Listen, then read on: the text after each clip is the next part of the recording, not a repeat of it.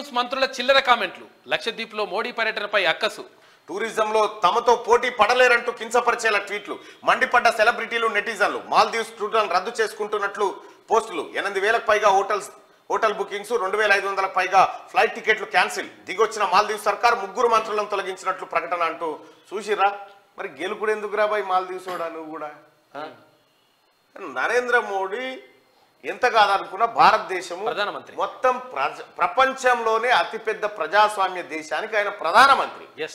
150 కోట్ల మందిని ఆయన రిప్రజెంట్ చేస్తా ఉన్నాడు. ఆయన మీద చిల్లర కామెంట్లు చేస్తే ఇప్పుడు ఎట్లుందంటే ఇలా కథ, మాల్దీవ్స్ కథ. ఒక అడుకుంచోడు ఇంటి ముంగడికి వచ్చి ఓ ముండా ఇంత బుచ్చమే అన్నట్టుంది కథ. ఎత్తదా ఇంట్లో అమ్మ దయా బతుకు అంటే ఎత్తది. తిడితే బిచ్చమెత్తాది. ఇగో ఇదే అవుతుంది. మరి ఇండియా ప్రధాని నరేంద్ర మోడీపై మాల్దీవుల మంత్రులు, నేతలు చిల్లర వ్యాఖ్యలు చేశారు.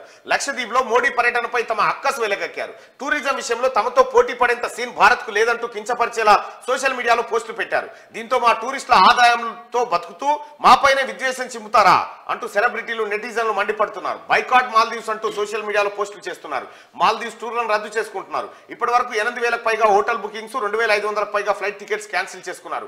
మరోవైపు దేశీ పర్యాటకాన్ని ప్రోత్సహించాలంటూ పిలుపునిచ్చారు. దీంతో దెబ్బకు మాల్దీవుల ప్రభుత్వం దిగొచ్చింది. అనుచిత వ్యాఖ్యలు చేసిన మంత్రులను సస్పెండ్ చేస్తున్నట్లుగా ప్రకటించిందంటూ ఒక వార్తను చూస్తా ఉన్నాం. ఇక నరేంద్ర మోడీ టూర్ ఇక్కడికి వచ్చింది చూడరు.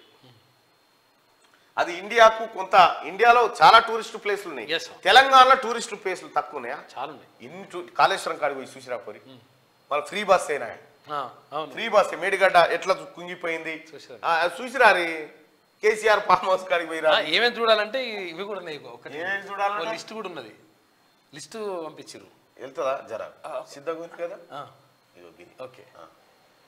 తెలంగాణలో ఫ్రీ బస్సులో ఈ ప్రదేశాలు, సెలవుల్లో ప్రతి ఆడబిడ్డ మేడిగడ్డ ఎలా కుంగిందో పోయి చూసి రావాలి.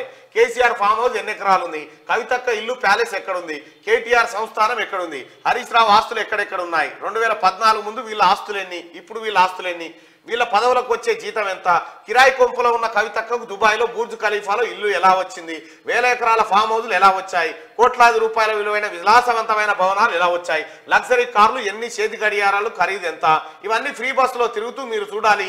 చూసి తెలంగాణ సమాజానికి చెప్పాలి. ఇందుకోసం నిజాలు తెలుసుకోండి అని చెప్పి అంటారు. ఫ్రీ బస్సులలో పోయి ఒక చూడాలి.